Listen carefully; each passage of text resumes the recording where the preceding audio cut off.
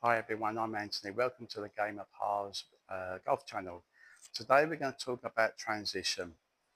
Now, first of all, most of us that have been playing sports all our lives, the transition is based on historically how we used to throw the ball, etc., or how we used to throw a frisbee. So when we used to throw a frisbee, sometimes you used to throw the frisbee like this. If you used to throw a ball, you used to throw it like that. Now, if you notice, there's a common movement with the hips.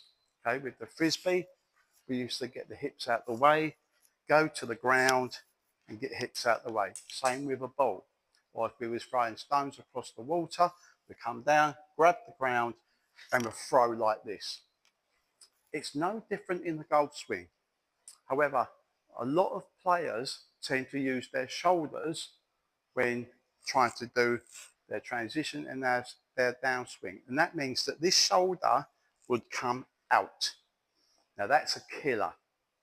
So what we have to try and do is try and train the trail shoulder in terms of coming down into a better plane whilst getting our hips out the way. Now one of the exercises I use quite a lot, very simple, 2 alignment sticks, one through the belt buckles, through the belt hoops, and the other one across our shoulders. Now what we're looking for is when we do our backswing, we're in that sort of position where the hips have gone almost 45 degrees and the shoulders as far as we can go. Now from here, what we're looking for is this movement, the hip coming first and the shoulder coming down. Right, so I'll just repeat that. That's our position in the backswing. We want the hip coming round and our shoulder going down, or our lead shoulder going up. The worst case scenario is this, when they both go together. And this is the habit we have to break.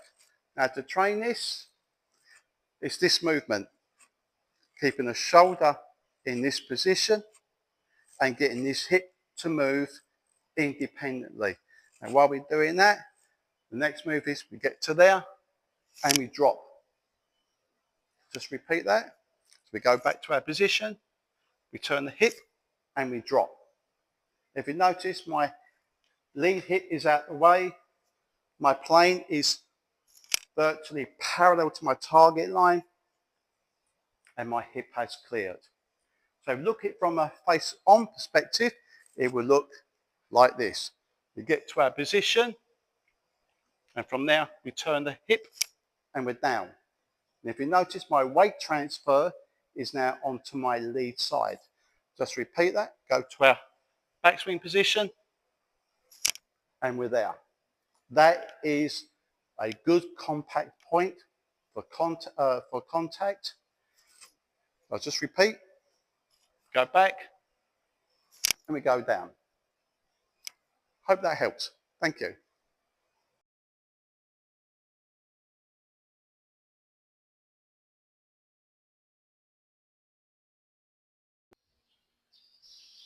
Hi everyone, it's Anthony. We're just doing the continuation of the transition move.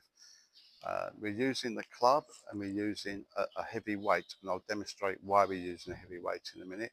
And I've changed the alignment stick to make sure I've got a nice visual of a nice inside line there, which I'll explain more as we go through it. So the objective of this lesson basically is we still do our takeaway, etc. Same move, we get to our backswing, but we're going to hold the transition at the correct point. You obviously would not do this in a golf swing. It's just a checkpoint to see where you are with your transition. So it's going to look something like this. We're going to take it back. So take away, go to our backswing. And at this point now, the weight on the club has dropped, which is what I need it to do. Okay, I just want that weight to drop. Now in transition, we notice a slight bump to get the hips square, right? Hips square, hands stay where they are, and the hands drop.